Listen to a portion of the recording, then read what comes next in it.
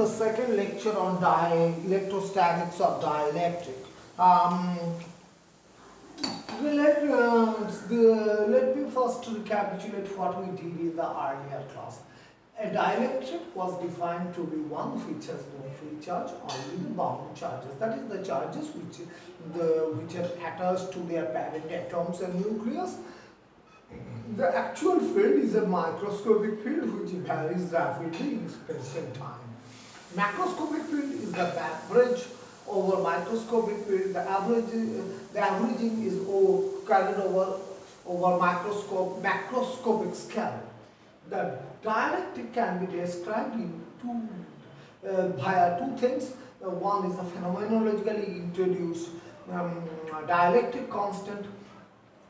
So the quantity epsilon 0 appearing in the electrostatic formula has to be replaced by epsilon while dealing with dielectric medium, where epsilon is this. Epsilon r is the relative dielectric constant, relative permittivity of the material, or it is alternatively called as dielectric constant. It is a dimensionless quantity. And on the other hand, if we, although a dielectric is composed of bound charges, under the action of externally applied electric field, they can move over small distances. The distance by which the bound charges can move is only a fraction of the atomic dimension. Still, so the charge deformation is produced, and which is called polarization. Since the dielectric is ultimately composed of atoms and molecules which are electrically neutral, if we want to observe the effect of the polarized material or the electrified material, then in the multiple expansion there will be no monopole term because it is electrically neutral. So the first dominant contribution will come from dipole approximation. Since we are interested in finding out the field at a distance far away from the atoms, it is the R is much greater than the atomic dimension, so it is sufficient to keep up to dipole term only. This is called dipole approximation. And under the action of externally applied field, the charge separation takes place, and which leads to the formation of induced dipole, which we define as the through polarization vector. The mechanism of polarization are this: deformation or electronic polarization, which is observed in non-polar dielectrics; orientation of polarization is observed in polar dielectrics; ionic polarization is obtained in ionic compounds like sodium chloride in water solution; and spontaneous polarization is observed in ferroelectrics. Finally, if we want to find out field at a point in presence of a dielectric medium, the field has two contributions. One is the field V, the vacuum field. If we have some charge distribution, then we want to find out the field at this point. This charge distribution are under our control, and generally they are the free charges. So this is the field that we will have in vacuum. That's why it is vacuum field. Alternatively, this field is due to the free charges, that is, they are also called free field. Secondly, these charges will produce an electric field, and that electric field will polarize the material, dielectric material, and which in turn contributes something to the field. So this is the field due to the polarized material, or this is the field due to the bound charges. These two are same, these two are same. Our aim here is to find out the field due to polarized material. In today's lecture, we shall consider the field at an external point only. The field, the evaluation of field at internal point requires some other techniques that we shall develop in time, and then come to the consideration of the field within a dielectric. So our aim is to find out electric field due to the polarized material at an external point. By external point, I mean the point of observation lies outside the polarized material. Let us consider a polarized material distributed over a volume V prime bounded by a surface S prime. Now here we are using the notation that any quantity referring to the source is denoted by a prime. So volume is V prime, surface is S prime, the position vector is R prime. So we consider a position point within the polarized material having coordinate R prime with respect to the origin, and we consider a macroscopic volume dV prime around R prime. Our objective is to find out the field or potential at this point, where capital R is the relative position of the field point with respect to the source point. Now, due to the presence of electric field, the material will be polarized, and the polarization vector at this point is governed by P at R prime. Polarization depends on the position, and this is the induced dipole moment per unit volume. So the induced dipole moment of all the atoms or molecules within dV prime is simply this. So we call it dV. The dipole moment, induced dipole moment of the constituents contained within dV. We know that if we have a dipole and at a point R away from the center of the dipole, the potential is given by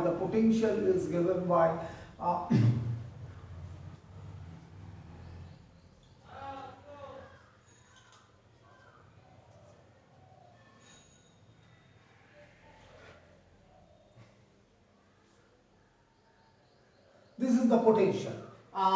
So this dipole moment contributes the dipole moment contributes to the potential. We write it P for this is the potential due to polarized material. Since it is placed in vacuum, the factor is 1/4 pi epsilon 0. I am not using this abbreviation K because it may create confusion with the dielectric constant.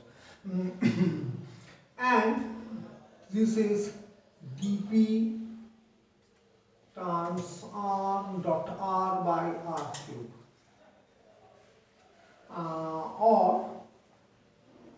4 pi epsilon 0 d phi p is equal to, I am writing for dP,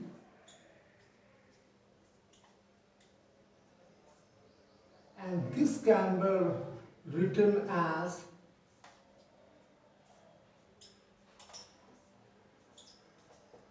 I have used that grade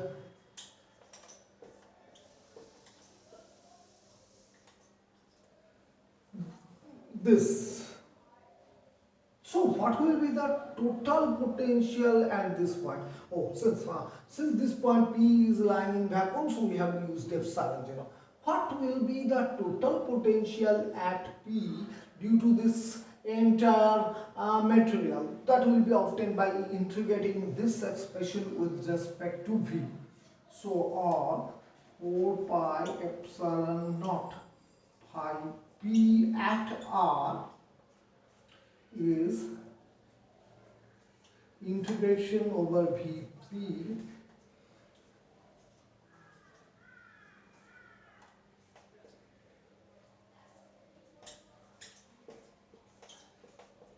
this we write as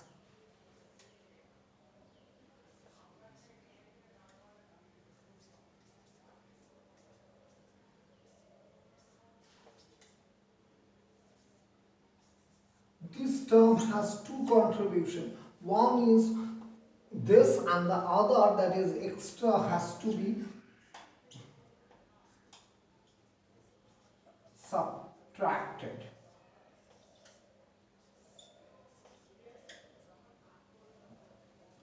So the formula that I have used is divergence of phi times A is equal to phi times divergence A plus grad. This term was originally there, and so we have replaced this equal to this minus this. You look at this term. This is the integration over prime coordinate, differentiation over prime coordinate. We can readily use divergence theorem. So this becomes a surface integration.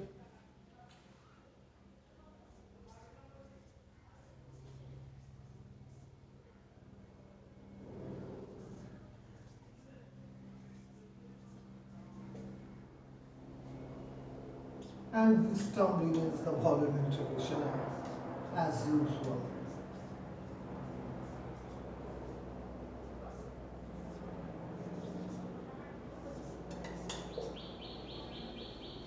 So this is the total potential. If we can look at the expression, this is the R variation is 1 by R here also. If we have a surface distribution of charges, surface there with surface density sigma, the corresponding potential would be this. And for a volume distribution, the corresponding potential will be, this is exactly in this form. So we write it as,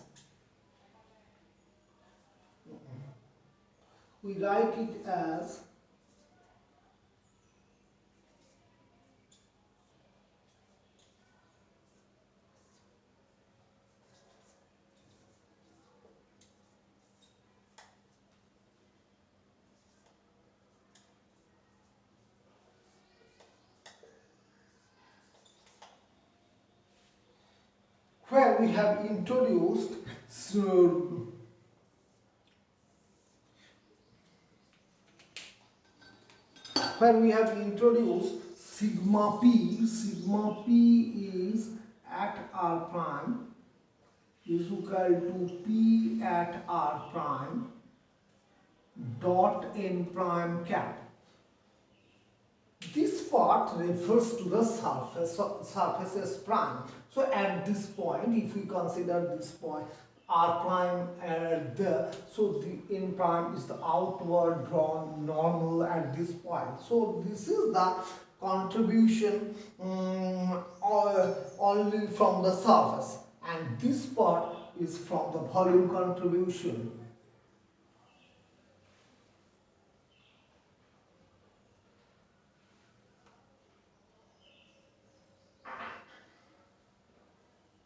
So within the volume there are charges, and this is taken care of. This is called the surface density of polarized charge or surface density of bound charge, and this is the volume density of polarized charge or bound charge.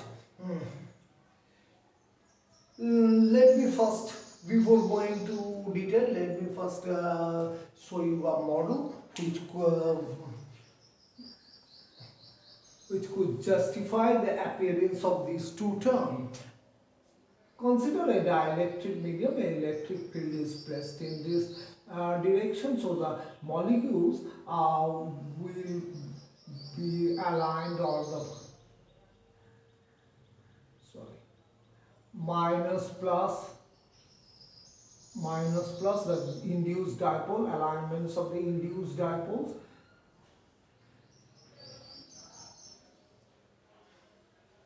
So you see that this positive induced charge will be cancelled by the neighboring negative charge. So as a whole, if the polarization is uniform, there will be no volume density of polarized charge, but only the polarized charge will appear on the surface. This is this part, surface part. And volume density, if the polarization is uniform, then P is a constant vector whose divergence is 0. So there is no question of volume density of polarized charge. But the charge, if the polarization is non-uniform, this cancellation will only be partial, and there will be a contribution of volume density of polarized charge, but the surface contribution will always be there. Now what we have? We started from the in dipole approximation. This time we have started calculating the potential at an external point from this. Now we arrived at that the situation, or so far the calculation of electrostatic potential due to a polarized material is concerned, it is sufficient to find P, the polarization vector, which enables us to find out sigma P and rho P, which gives us the potential. Now the problem has reduced to the problem that we have dealt with in vacuum. In vacuum, if we have a surface density of charge and a volume density of charge, this is simply the expression for potential. So the calculation technique has been converted exactly into the similar one that we have done in the case of in vacuum. Only thing that we need to know is the polarization vector.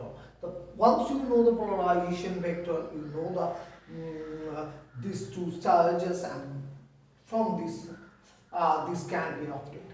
Now, one point note that these two expressions, in coming from here to there, no approximation is made. So these two are equal status, but this expression facilitates physical interpretation of the result, which this does not.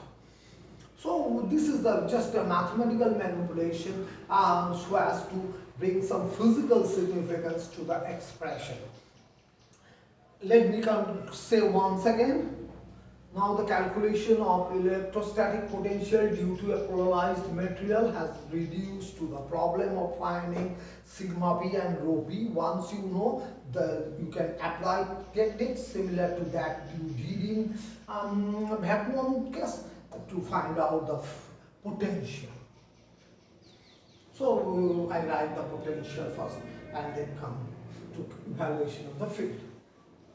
Oh, one thing I have the total induced charge. We know the total induced charge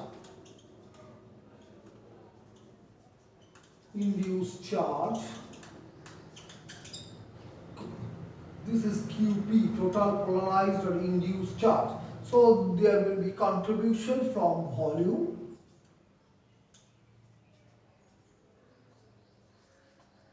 this plus contribution from surface part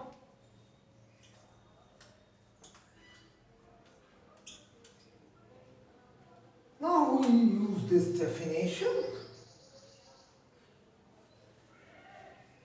This definition of rho P's and sigma P's, so this becomes minus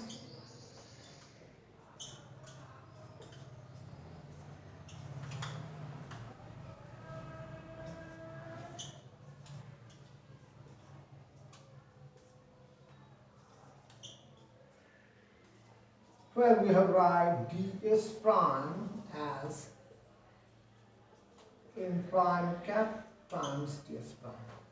So if we consider a small area over here, the vector element is this, and which can be related to the unit vector or outward bound unit vector at this point.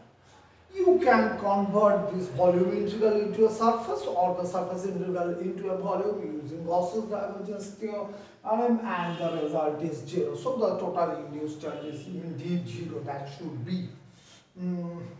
Now come to the calculation of field fault.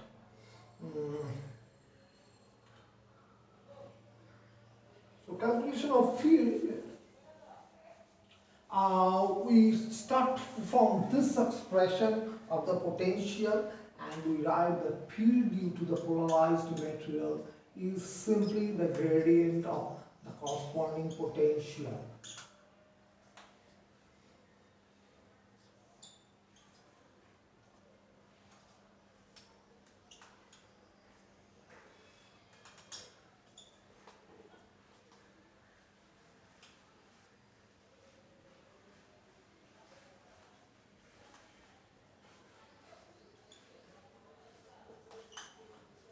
This is the field. Now let me calculate the gradient. You know that this differentiation is with respect to the field point. That is what happens if we make a small displacement around the field point. So this nabla does not operate on the source coordinate, but it operates on the arc. So if we consider this, and firstly, the differentiation is with respect to field coordinate and integration over the source coordinate. So we can take nabla within the integral sign. Sorry, I have missed the 4 pi factor. Minus 1 upon 4 pi epsilon. The factor has been missed. So this is minus 1 pi 4 pi epsilon 0. Then this is taken inside.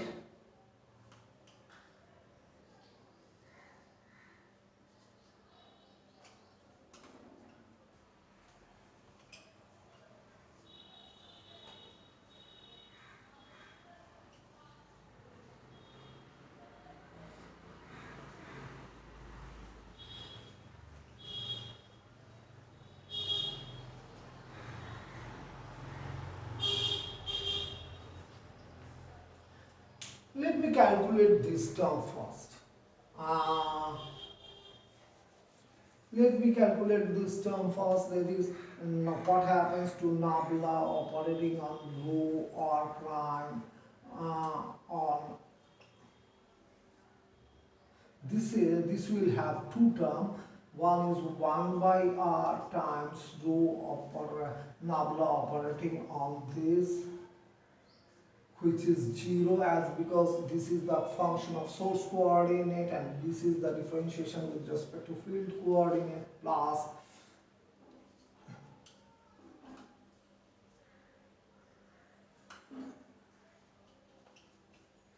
this being 0, this term contributes, and this is rho p at r prime. This is vector r by r cube. Note the minus sign. So if you allow like this, the negative sign will be absorbed. The negative sign will be absorbed. So we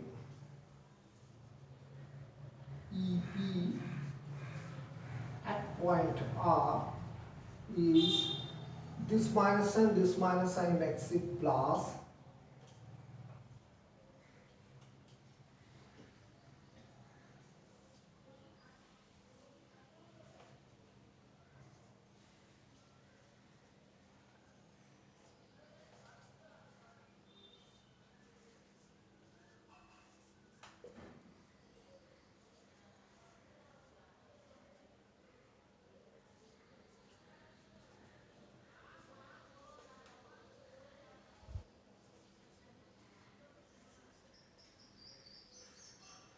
In the same thing, similar situation appears when one wants to calculate electric field due to a volume density of charge and the surface density of charge.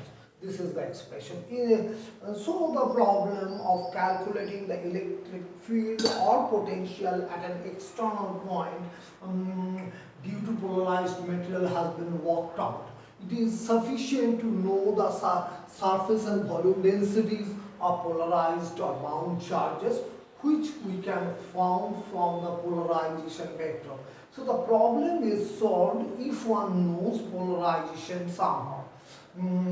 For practical purposes, experiment has to be performed to find out polarization. Once the polarization vector is known, the entire problem is solved.